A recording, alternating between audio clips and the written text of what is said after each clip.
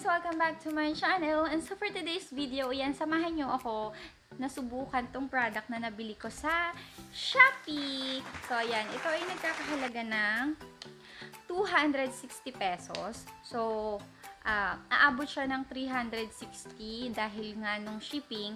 Pero, ang regular price niya talaga is 260 lang talaga, guys. So, itong product na to ay EPSA Brazilian Blowout. So, 3 piraso siya, guys.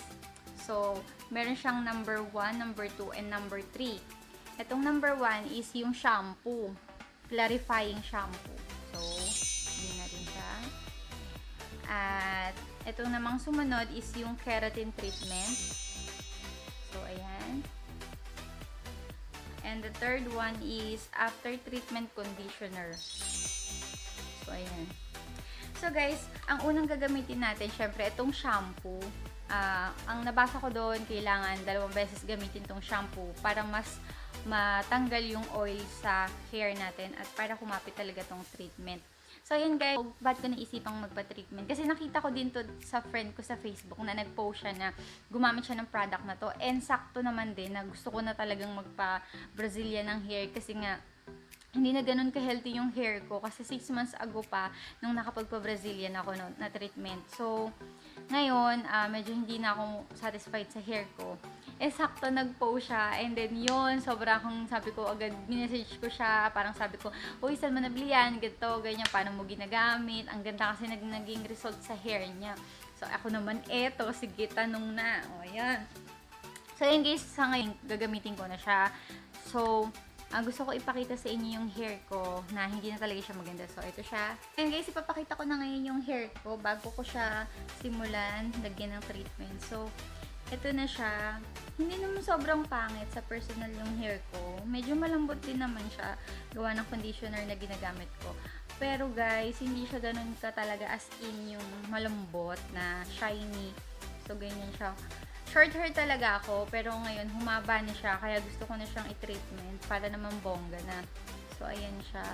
So, mamaya tignan natin kung ano magiging resulta after ko gamitin ng product. So, ayan, after nyo makita yung hair ko, maliligo na muna ako. And then, kailangan ko kasing shampoohin yung hair ko, and then i-apply na natin yung treatment. I'll be right back. Ever since the day that you went away.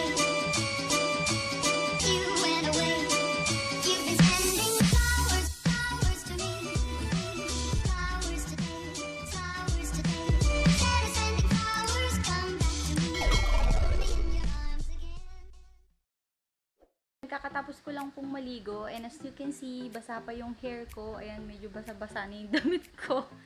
So, ayan guys, ito yung after kong maligo, sobrang lagkit ng shampoo. Talagang as in dry, as in yung tatanggalin yung oil sa buhok mo. So, yung ginamit ko siya ng 2 beses. So, eto siya. Clarifying shampoo. At guys, yung kulay niya sa loob is clear lang siya. Yan, kapag ginamit nyo siya, 2 beses nyo siyang gamitin, yung una hindi siya masyadong mabula, and then yung pangalawang gamit, dun talaga siya bubula ng hindi naman sobra, saktong bula lang. So, ayun guys, 2 beses ko nga siyang ginamit, so ito yung naging result. Sobrang dry sa hair. So, ngayon ang gagawin ko, susuklayin muna natin.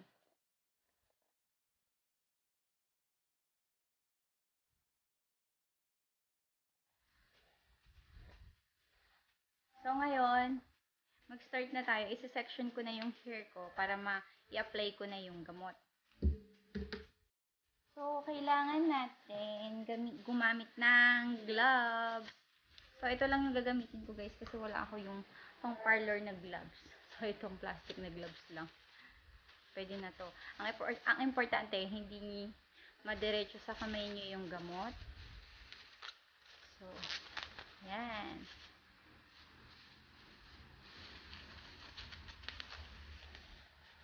So, kailangan din natin ng suklay.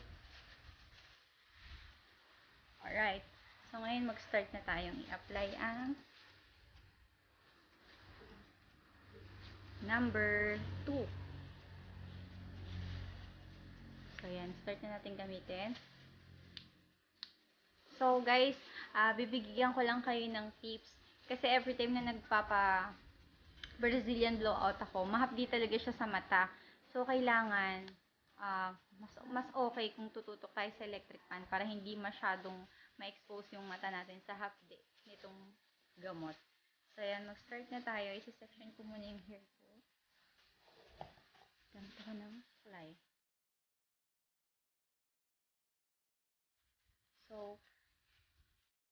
So, kukunin ko muna yung ilalim. Sa ilalim ang una kong a-applyan ng gamot. So, ipit na muna natin itong ilalim.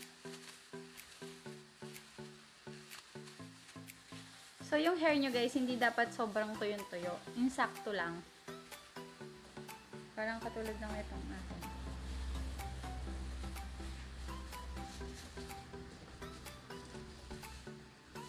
So, ito na. Kuha na tayo. So, ang kulay niya guys, ito.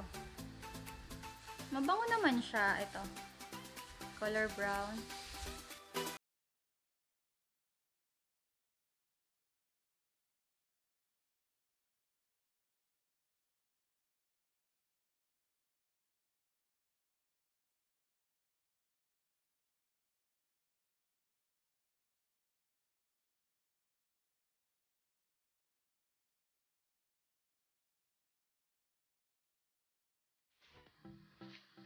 So, ayan guys, as you can see, napahiran ko na po yung buong buhok ko. Ramdaman nyo agad na ang lambot ng buhok nyo. Ayan. Nalagyan ko na siya. Lahat. Medyo basang-basa na nga yung nalagay ko eh. Para mas maraming gamot ang malagay sa hair ko. So, 1/4 pa lang yung nalagay ko guys. Ayun, medyo nararamdaman ko yung hapde sa mata ko. Pero okay lang, hindi sobra. Sakto lang. So, after neto guys, papatagalin natin siya sa hair ng 40 minutes and then saka natin siya i-blower. And then after natin siya i-blower, saka naman natin na siya pa-planchahin. So, tignan natin kung ano magiging result. So, guys, after nyo i-apply nitong gamot na to, hindi na siya aanlawan. Hanggang sa maano na lang natin siya. Hanggang sa ma-blower at ma-plancha. And then, after 3 days, saka na natin siya aanlawan. So, ayan. So, okay na yan. Nabahiran ko na lahat. Sabi dito, guys, kapag nagpahid kayo, hindi sobrang lapit sa anit. So, medyo kahit 1 inch lang, ganun. Okay na yun. So, ayan. Makikita nyo, guys, medyo naging basang-basa na yung hair ko. Pero, ang dulas talaga at ang lambot. So, mamaya, excited ako makita pag blinower ko na siya. At, kapag pinilinansya ko na siya. So, ayan. I'll be right back. Guys, so ayan, nakalimutan ko palang sabihin na after natin i-apply yung keratin, kailangan natin ng plastic cup or kahit anong pwedeng ipantakip sa hair. Kasi wala akong ganun eh. So, gumamit na lang ako ng plastic. Yan. So, pwede na to. Importante matakpan siya. So, i-leave lang natin to ng 40 minutes and then, pwede na natin siyang i-blower and planchahin. Ayan guys, after 40 minutes, eto na yung hair ko. So, ang gagawin ko is blower ko na siya. And then, kapag after na niyang matuyo, saka ko na siya pa-planche.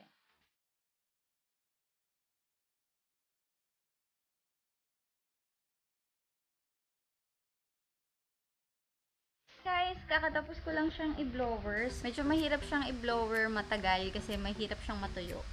So, ayan guys, kapag binoblower siya, doon mo mararamdaman yung hapdi sa mata mo.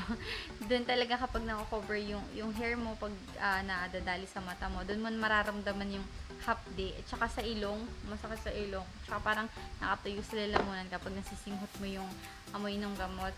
So, ayan, kaya kapag i-blower nyo siya guys, make sure na hindi masyadong malapit sa ilong talaga. Parang pag ganito, pa-side, palikod, para hindi mapupunta sa ilong. So, sa mata nyo yung ano ng gamot. So, ngayon, pa-planchain ko na po yung hair ko and then, excited na ako sa final look ng aking hair transformation. So, ayan. Let's go! Guys, sinet ko na yung hair ko. Ayan, para ito yung uunahin kong planchahin, yung nasa likod and yung nasa gilid. So, isiset ko yung plancha ko ng 220 degrees. So, hindi siya kailangan sobrang init. Sakto lang. And then guys, kapag iplansyahin nyo na siya, make sure na hindi sobrang nipis nung kukunin yung hair. Dapat medyo makapal pa rin pagpinan siya.